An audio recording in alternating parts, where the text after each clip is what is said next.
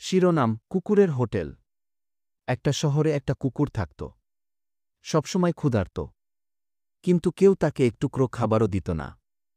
তাই কুকুরটা ভাবল, ক্ষুধায় তো মরা যাবে, কাজ শুরু করি। সে রাস্তার ধারে গাড়ি পাহারা দিল। রেস্টুরেন্টের বাইরে দাঁড়িয়ে ডেলিভারি করল। লোকের জুতো পাহারা দিল। দিন যায়, রাত যায়। অবশেষে সে অনেক টাকা জমায়। একদিন সবাই দেখে, ওই কুকুরটাই এখন হোটেল মালিক। নাম দিয়েছে ভুকু হোটেল।